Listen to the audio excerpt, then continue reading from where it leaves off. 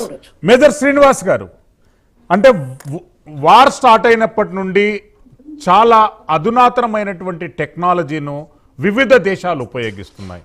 Iran కానీ, Israel కానీ, America కానీ, ఇరాన్ ఇతర దేశాలపైన దాడి చేస్తున్నప్పుడు వాళ్ళు ప్రతిఘటించే దేశాలు కానీ drone technology, supersonic technology, hyper supersonic technology, B2 బాంబర్లు, రకరకాల కొత్త టెక్నాలజీలు ఈ వార్లో మనం చూస్తున్నాం. ఏంటి ఈ వార్ ఎలాంటి సందేశం ప్రపంచానికి ఇవ్వబోతుంది? వార్లో ఉపయోగిస్తున్నటువంటి ఆయుధాలు, వాటి క్యాపబిలిటీస్ గురించి ఒకసారి ఏమైనా అభివర్ణిస్తారా? ఎస్, మనకి first world war, second world war దానికి కంపేర్ చేసుకుని ప్రెసెంట్ జరుగుతున్నటువంటి వార్స్ కనుక కంపేర్ చేసుకున్నట్లయితే technological supremacy and air supremacy అనేటువంటిది బాగా పెరిగిందండి.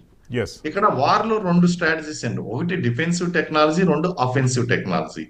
డిఫెన్సివ్ టెక్నాలజీ దగ్గరికి వచ్చేసరికి ఇప్పుడు ఇందాక one of the co panellist మనకి ఇజ్రాయెల్ నుంచి ఆయన అభిప్రాయపడ్డారు, మేము భయపడవలసినటువంటి పని లేదు, almost all iron dome protect చేస్తుంది, డిఫ్యూజ్ చేస్తుంది అనేటటువంటిది మొత్తం ఆ యొక్క ఐరన్ డోమ్ టెక్నాలజీ ఏదైతే ఉందో అది ముందుగా ఐడెంటిఫై చేసేసి వాటిని మొత్తం నిర్వీర్యం చేయడం అనేటువంటి జరుగుతుందని ఆయన ఎక్స్ప్రెస్ చేశారు. This is the shear cut live example of the technological warfare.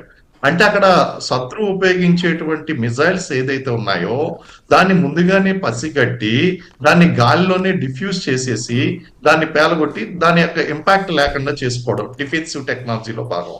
ఇప్పుడు అఫెన్సివ్ టెక్నాలజీ దగ్గరికి వచ్చేసరికి అక్కడ గతంలో లాగా గన్ను పట్టుకుని నేల మీద నడుస్తూ ఇన్ఫెంట్రీ వాళ్ళు ఫైట్ చేయవలసినటువంటి రోజులు వెళ్ళిపోయినాయండి. ఇప్పుడు అంతా ఏంటి అంటే మనం ఇక్కడ వార్ రూమ్, ఆప్స్ రూమ్స్ లో కూర్చుని ఇక్కడ నుంచి మనం ఆపరేట్ చేసి దానికి లేజర్ గైడెడ్ మిజైల్స్ అని లేకపోతే వాటికి గ్రిడ్ రిఫరెన్స్ అనేటువంటిది స్పెసిఫిక్ గా ఇచ్చేసి వాటిని ట్రేస్ చేయమని చెప్పేసి చెప్తే గనక అవి ట్రేస్ చేసుకుంటూ ఈవెన్ బంకర్ లో దాక్కున్నా సరే, కేవ్స్ లో దాక్కున్నా సరే బంకర్ పెనిట్రేటింగ్ మిజైల్స్ అనేటువంటివి వచ్చినాయండి.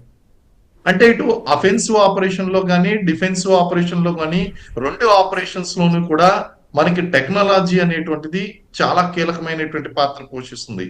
ఇప్పుడు నెక్స్ట్ జనరేషన్ ఆఫ్ వార్ ఎలా ఉంటుంది అంటే ఆర్టిఫిషియల్ ఇంటెలిజెన్స్ కూడా దీనికి తోడవుతుందండి. ఆర్టిఫిషియల్ ఇంటెలిజెన్స్ అనేటువంటి దీనికి తోడైనప్పుడు ఇంకా నెక్స్ట్ లెవెల్ ఆఫ్ వార్ అనేటువంటి మనం చూస్తాం. రోబో సోల్జర్స్ అనేటువంటి వాళ్ళు మనం చూస్తాం. మొత్తం వార్ సినారియో అనేటువంటిది మారిపోతుంది. న్యూక్లియర్, బయలాజికల్, కెమికల్ వార్ఫేర్ లో టెక్నాలజీ యొక్క పాత్ర బాగా పెరుగుతుంది. న్యూక్లియర్ వార్ ఎగ్నిస్ట్ గా మనం డిఫెన్సివ్ గా మెజర్స్ తీసుకోవాల్సినటువంటి దాంట్లో కూడా టెక్నాలజీ యొక్క పాత్ర చాలా ఎక్కువగా ఉంటుంది. ఆ విధంగా కనుక చూస్తే ప్రస్తుతం టెక్నాలజీ ఎవరి చేతిలో ఉంది? ఒక సూపర్ సానిక్ అండ్ సానిక్ అంటున్నాం, లేకపోతే ఈ B2 బాంబర్స్ గురించి మనం మాట్లాడుతున్నాం అండి. B2 బాంబర్స్ యొక్క ప్రత్యేకత ఏంటి అంటే అక్కడ ఏ దేశంలోంచైనా సరే ఎయిర్ క్రాఫ్ట్స్ వస్తున్నాయంటే రాడార్స్ అనేటువంటి ముందుగా పసిగడుతూ ఉంటాయి. అయితే ఈ B2 బాంబర్స్ ఏంటి అంటే రాడార్ యొక్క వాటి యొక్క రేంజ్ ను కూడా అధిగమించి వీటికి ఏమాత్రం కూడా అందకుండా అత్యంత వేగంగా ప్రయాణిస్తూ ఆ యొక్క న్యూక్లియర్ వార్ హెడ్స్ ని క్యారీ చేస్తూ ఒక విధ్వంసాన్ని, ఒక్క బాంబర్ B2 బాంబర్ సరిపోతుందండి మొత్తం విధ్వంసాన్ని సృష్టించడం కోసం. ఇలాంటి టెక్నాలజీ అనేటువంటిది బాగా పెరిగిపోయింది. అలాగే మనకి 3 Mach, 4 Mach, 10 Mach, 20 Mach, 30 Mach ఇలాగా మనకి ఆ వేగంతో ప్రయాణించేటువంటి ఎయిర్ క్రాఫ్ట్స్ ఏదైతే ఉన్నాయో ఆ ఎయిర్ క్రాఫ్ట్స్ అనేటువంటి మనకి బాగా డెవలప్మెంట్ అనేటువంటి జరుగుతుంది. వేగం అనేటువంటి చాలా ఇంపార్టెంట్. ఎంత వేగంగా ఎయిర్ క్రాఫ్ట్ ప్రయాణిస్తే అంత తక్కువ డిటెక్షన్ ఉంటుంది. అలాగే మిజైల్ హిట్ యొక్క శాతం కూడా అంత తక్కువగా ఉంటుంది. కాబట్టి సూపర్ సానిక్ టెక్నాలజీస్ అనేటువంటి ప్రయోగించడం జరుగుతుంది. ప్రెసెంట్ వార్ఫేర్ కనుక మనం చూస్తే కనుక it's a purely technological warfare. ఎవరి దగ్గర అయితే టెక్నాలజీ ఎక్కువగా ఉంటుందో ఆ టెక్నాలజీ ఉన్నటువంటి వాళ్ళే ఈ వార్ రంగంలో ఎక్కువగా విజయం సాధించగలుగుతారు. దీనికి లైవ్ ఎగ్జాంపుల్ అండి. ఇప్పుడు కూడా మనం ఎస్కలేషన్స్ లో మనం చూడండి, ఎక్కడా కూడా మనం డైరెక్ట్ గా సోల్జర్స్ పార్టిసిపేట్ చేస్తున్నటువంటిది మనం ఎక్కడా చూడలేదు. డైరెక్ట్ గా మిజైల్ అటాక్స్ అవుతున్నాయి, దానికి కౌంటర్ గా అక్కడ ఐరన్ డోమ్ అనేటువంటి దాని పని దాన్ని చేసుకుంటూ పోతుంది. అలాగే ఇవన్నీ కూడా అటాక్స్ అవుతున్నప్పుడు వీళ్ళందరూ కూడా సివిలియన్స్ అందరూ కూడా ఆ బంకర్స్ లోకి వెళ్ళి తలదాచుకోవడం అనేటువంటి కనిపిస్తుంది. టెక్నాలజీ అనేటువంటిది బాగా పెరిగిపోయింది. అంటే ఇది సింపుల్ గా చెప్పాలి అంటే మనం ఒక టెలిఫోన్ నే తీసుకుందాం అండి. టెలిఫోన్ గతంలో ఇలా తిప్పి మాట్లాడవలసి వచ్చేది, లేదా డైల్ చేసి మాట్లాడవలసి వచ్చేది. ఈ రోజు మనకి 1G 2G 3G 4G 5G technology అనేటువంటిది వచ్చింది. అలాగే మనకి వార్ టెక్నాలజీలో కూడా మనం చూసుకుంటే గనక ఏ విధంగా అయితే మనం ల్యాండ్ లైన్స్ లో మాట్లాడుకునే వాళ్ళమో అక్కడ వైర్ ఫోన్స్ తో పాటు వైర్లెస్ స్టేజ్ కి ఎలాగైతే వచ్చామో అదే విధంగా మన టెక్నాలజీ అనేటువంటిది కూడా first generation, second generation, third generation, fourth generation and fifth generation is our artificial intelligence అనేటువంటిది, రోబోటిక్ టెక్నాలజీ అనేటువంటిది ఇక్కడ ఎంటర్ అవుతుందండి. భవిష్యత్తులో అసలు యుద్ధం అనేటువంటిది ఎంత జరుగుతుంది అంటే, ఎలా జరుగుతుంది అంటే ఇన్ని రోజులు జరిగేటువంటి అవకాశం లేదు. ఫుల్ ప్లెజ్డ్ వార్ లో కనుక జరిగితే 24 గంటల్లో మొత్తం శత్రు దేశాలు అనేటువంటి సర్వనాశనం అయిపోతాయండి. ఫుల్ ప్లెజ్డ్ వార్ లో కనుక దిగిపోతే ఇంతకాలం జరిగేటువంటిది అవకాశం లేదు. రాధా గారు, అదే టెక్నాలజీకి ఎగ్జాంపుల్ రష్యా ఉక్రెయిన్ మనం చూసుకోండి. చిన్న దేశమైనటువంటి ఉక్రెయిన్ అటు రష్యాని ఎలా నిలువరిస్తుంది, ఎంత డ్యామేజ్ చేస్తుంది బికాస్ ఆఫ్ దిస్ థింగ్.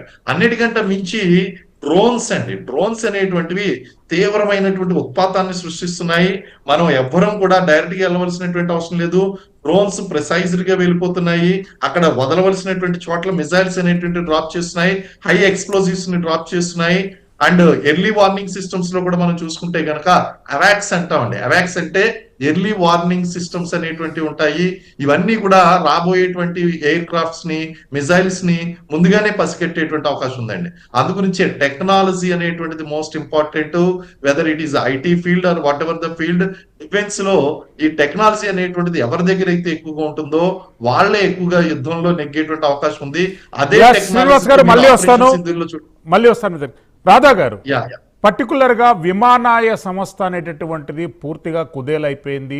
నిన్న ఒక్కరోజు భారతదేశానికి చెందినటువంటి 2000 ఫ్లైట్లు క్యాన్సిల్ కావడం జరిగింది. ఎలాంటి బిజినెస్ ఎఫెక్ట్ ఈ వార్ ఇంపాక్ట్ అనేటటువంటిది విమానాయ సంస్థ మీద పడుతుంది? రాధా గారు ప్లీజ్.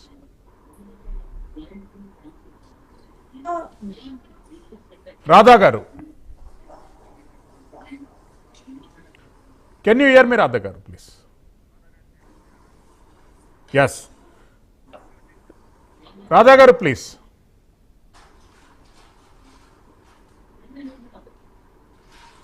ఎస్ రవి. క్లియర్ గా బిజినెస్ ఇంపాక్ట్ అయితే మనకు కనిపిస్తుందండి, ఎస్పెషల్లీ ఈ ఏవియేషన్ సెక్టర్. ఏవియేషన్ సెక్టర్ లోపల పూర్తిగా డ్యామేజ్ అనేటటువంటిది మనం స్ట్రక్చర్ గా చూస్తున్నాము. ప్రత్యక్షంగా పరోక్షంగా ఏవియేషన్ ట్రావెల్ అనేటటువంటిది పూర్తిగా క్లోజ్ అయింది. ఇప్పుడు 2000 ఫ్లైట్స్ అనేది క్యాన్సిల్ అయ్యాయి. ఎట్లా చూస్తారు ఈ రంగాన్ని? సో క్లియర్ గా ఏవియేషన్ బిజినెస్ అలాగే ఏవియేషన్ సెక్టర్ అయితే క్లియర్ గా ఇంపాక్ట్ చూపిస్తుంది. బికాస్ ఇరాన్ మొదటిసారిగా చేసింది ఏంటంటే ఈ ఎస్పెషలీ ఈ దుబాయ్ ఎయిర్పోర్ట్ కానీ, యుఏఈ కానీ, వెస్ట్ ఏషియాలో చాలా వరకు ఎయిర్పోర్ట్స్ ఫ్లైట్స్ క్యాన్సిల్ అవ్వడం కానీ, ఎయిర్పోర్ట్స్ క్లియర్ గా డ్యామేజ్ అవ్వడం కానీ. So one of the busiest airport especially Dubai, connecting to ఇటు Europe and connecting to US flights అన్ని కూడా దుబాయ్ ఏవియేషన్ అలాగే దుబాయ్ ఎయిర్పోర్ట్ ద్వారానే కనెక్టింగ్ ఫ్లైట్స్ ఇటు ఏషియా నుంచి ఉన్నటువంటి పరిస్థితిలో. సో కంప్లీట్ గా చాలా వరకు వెస్ట్ ఏషియాలో ఎయిర్పోర్ట్స్ అన్నవి అలాగే ఏవియేషన్ సెక్టర్ అనేది కంప్లీట్ గా షట్ డౌన్ కూడా మనకు క్లియర్ గా కనిపించింది. సో దీని యొక్క ఇంపాక్ట్ ఈ సెక్టర్ పై చాలా వరకు కనిపిస్తుంది.